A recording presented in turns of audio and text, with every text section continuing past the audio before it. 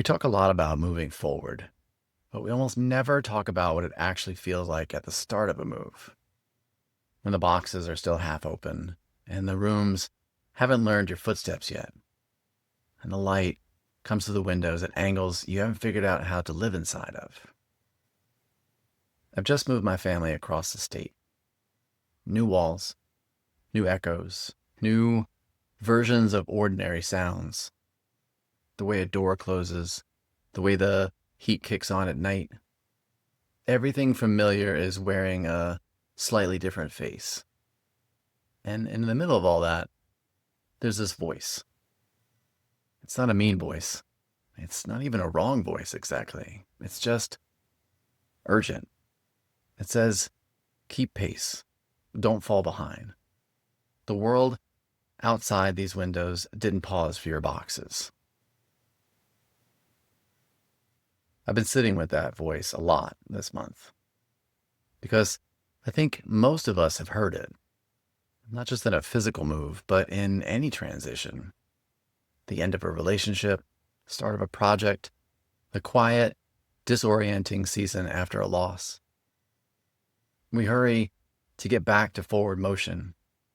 We treat the in-between as a problem to be solved rather than a season to be inhabited.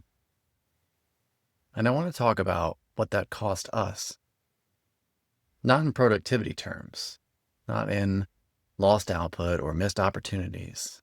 I mean, what it costs us in the body, in the quality of what we make, in the steadiness of who we are when we finally arrive wherever we're going. Think about a car stuck in the mud. The instinct, the almost irresistible human instinct, is to floor it.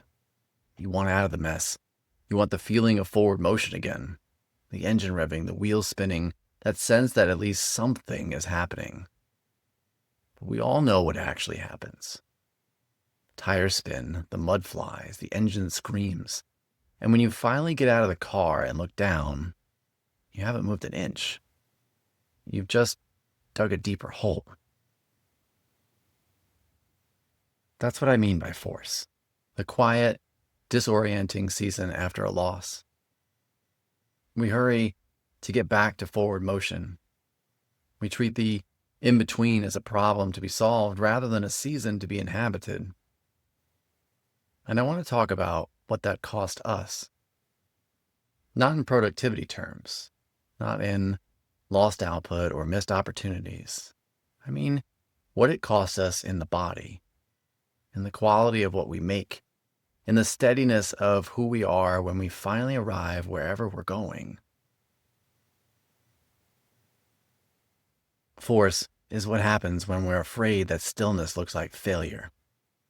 When we'd rather be visibly, loudly, exhaustingly busy than sit with the discomfort of not knowing yet. Force feels like momentum. It sounds like momentum. But underneath the noise, there's no contact between the tire and the road. Traction is something else entirely. Traction is quiet. Traction is that moment when the wheels stop spinning and you actually feel in your hands the grip of solid ground. It doesn't announce itself. It doesn't make a lot of noise. It just holds. And here's the thing about traction that took me a long time to understand. You can't manufacture it. You can only prepare for it. The difference between force and traction isn't effort, timing. It's conditions. It's whether the ground beneath you is ready to hold the weight of the next move.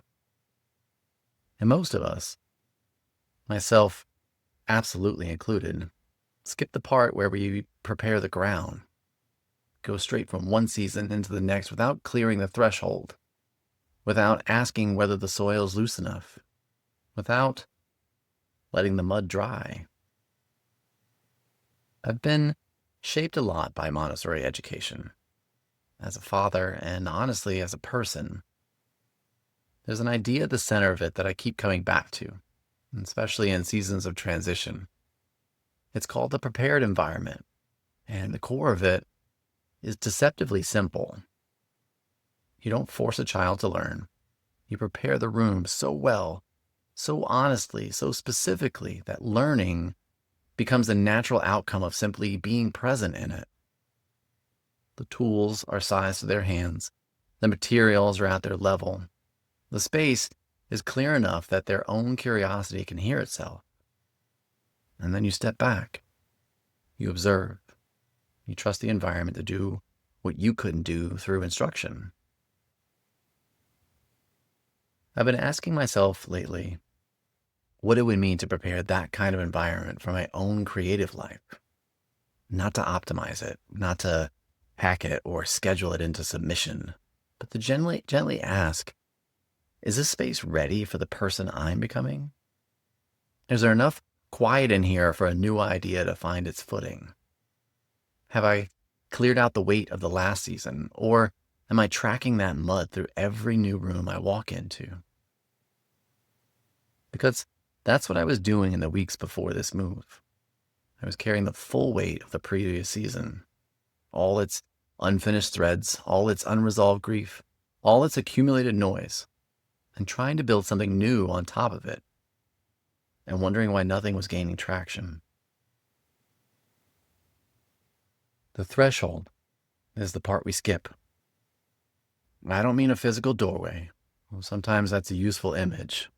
I mean the mandatory clearing, the moment where you consciously set down what you've been carrying before you step into the next thing, where you let the nervous system recalibrate, where you stop asking yourself why the wheels aren't catching and start looking at the actual condition of the ground.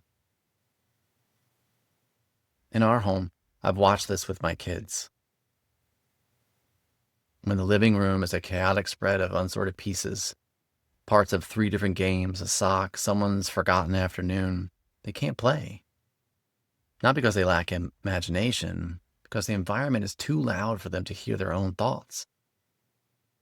When I spend 10 quiet minutes resetting the room, not performing a cleanup, just restoring the room's invitation, something shifts.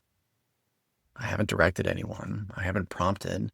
I've just made the ground easier to stand on. And then they find it themselves. That's what I've been trying to do this month, in this new house, in this new season. I'm trying to prepare the ground before I ask anything of it.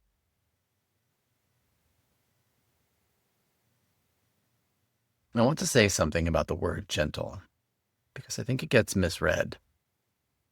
Gentle doesn't mean slow for the sake of slow. It doesn't mean passive. It doesn't mean you've stopped caring about the work or the story or the life you're trying to build. Gentle simply means precise. It means you've stopped applying force to the wrong surface and started waiting for the right one. It means you've learned, or you're learning, the difference between anxiety and stillness and the wisdom of it. This past month, I'm letting some boxes sit a little longer than they probably need to. I'm watching where the light hits the walls in this new house before I decide where anything goes. I'm sitting with the not knowing yet without immediately trying to convert it into a plan.